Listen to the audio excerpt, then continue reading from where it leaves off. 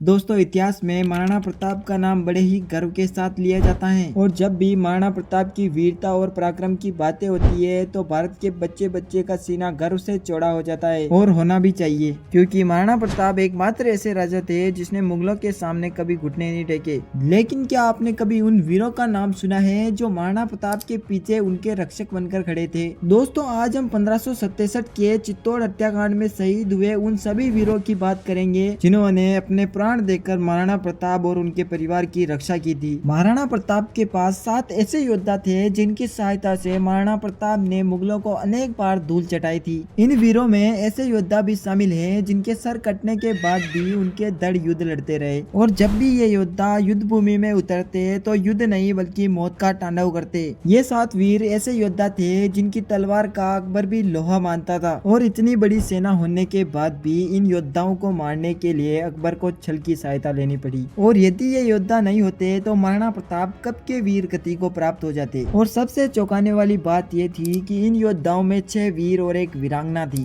तो चलिए दोस्तों, जानते हैं इन वीरों के बारे में और किस तरह से इन वीरों को वीर गति प्राप्त हुई।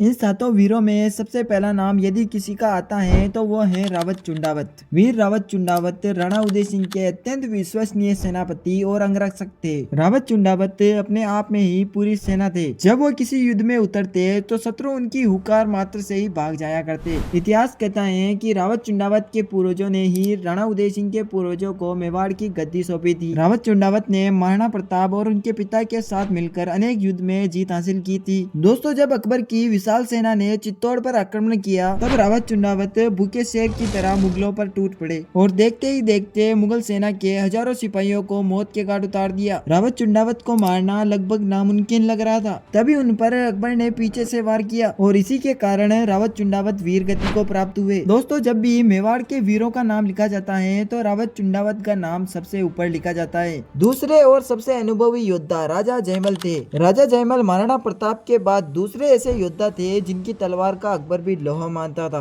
अकबर ने राजा जयमल को अपनी सेना में मिलाने के लिए हर संभव प्रयास किया, क्योंकि अकबर को लगता था कि यदि जयमल जैसा योद्धा उनकी सेना में हो तो प्रताप खुद उनके सामने घुटने टेक देगा। राजा जयमल मेड़ता के राजा थे और चित्तौड़ के युद्ध में राजा जयमल ने प्रधान सेनापति की भूमिका निभाई थी। जिस सेना का नेतृत्व राजा जयमल कर रहे हो उस सेना को हराना उतना ही मुश्किल था जितना कि शेर के मुंह से निवाला छीनना। दोस्तों, जब चित्तौड़ का अंतिम युद्ध हो रहा था तो राजा जयमल मुगलों पर काल बनकर बरस पड़े और जब उनके दोनों पैर घायल हो गए थे तो उन्होंने अपने भतीजे के कंधों पर बैठकर युद्ध किया। उनके इस विशाल रूप को देखकर अकबर के भी होश उड़ गए और जब अकबर को लगा कि इन्हें तलवारों से मारना नामुमकिन है तो उसने राजा जयमल को बंदूक की गोली से उड़ा दिया और इसी के चलते राजा जयमल वीर गति को प्राप्त हो गए। अगले वीर योद्धा और कोई नहीं बल्कि इन्हीं के भतीजे कल्ला राठौड़ हैं। कल्ला राठौड़ अपने काका जयमल से कम नहीं थे। कल्ला राठौड़ के नाम मात्र से मुगलों के पैर पीछे हट जाया करते। कल्ला की वीरता का अंदाजा हम इस बात से लगा सकते हैं कि वो अकबर को मारने के लिए उसकी छावनी में अकेले ही चले गए थे।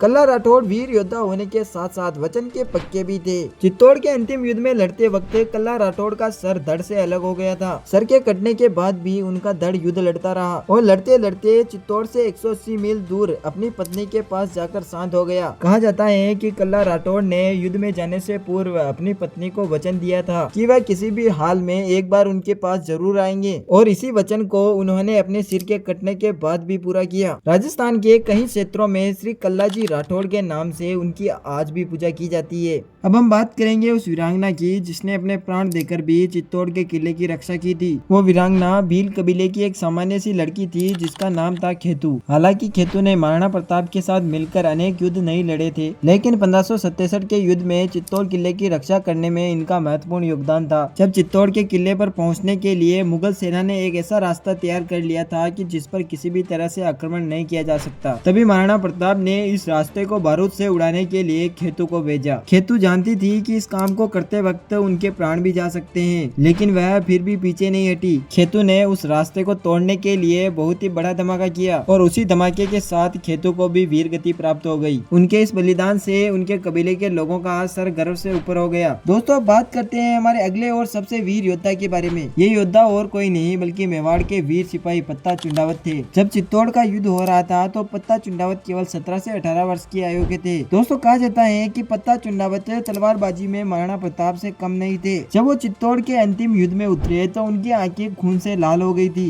उन्होंने अकेले ही अकबर के हजारों सिपाहियों को मौत की नींद सुला दिया, लेकिन उन्हें भी बाकी राजाओं की तरह बंदूक से उड़ा दिया गया। उनका नाम आज भी बड़े सम्मान के साथ लिया जाता है। हमारे अगले योद्धा वीर धनुर्धर ईसरदास थे। ईसरदास अपनी धनुर्विद्या में इतने माहिर थे कि उनके जीवित रहते एक भी मुगल चित्तौड़ के किले में कदम नहीं रख सका। जब ईसरदास चित्तौड़ के अंतिम युद्ध में उतरे तो उन्होंने अकेले ही अकबर की सेना को पीछे हटने पर मजबूर कर दिया। ईसरदास को आमने सामने की लड़ाई में मारना लगभग नामुमकिन था, इसलिए उन्हें भी बाकी सिपाहियों की तरह छल से मार दिया गया। हमारे अगले और अंतिम योद्धा में जिनका नाम आता है वह और कोई नहीं बल्कि मेवाड़ के वीर सरदार ठाकुर डोडिया सांडा थे। डोडिया सांडा ने चित्तौड़ युद्ध में दुर्ग रक्षक की भूमिका निभाई थी। डोडिया सांडा ने चित्तौड़ के दुर्ग को अनेकों बार मुगलों के हाथ लगने से बचाया था। डोडिया जी इस युद्ध में किले के प्रमुख द्वार की रक्षा कर रहे थे और उन्होंने इसी दरवाजे की रक्षा करते हुए वीर गति प्राप्त की। दोस्तों, ये थे हमारे 7 वीर योद्धा जिन्होंने अपने प्राण देकर भी महाराणा प्रताप और उनके परिवार की रक्षा की थी। कहा जाता है कि अगर ये 7 योद्धा महाराणा प्रताप के साथ नहीं होते तो आज इतिहास कुछ और होता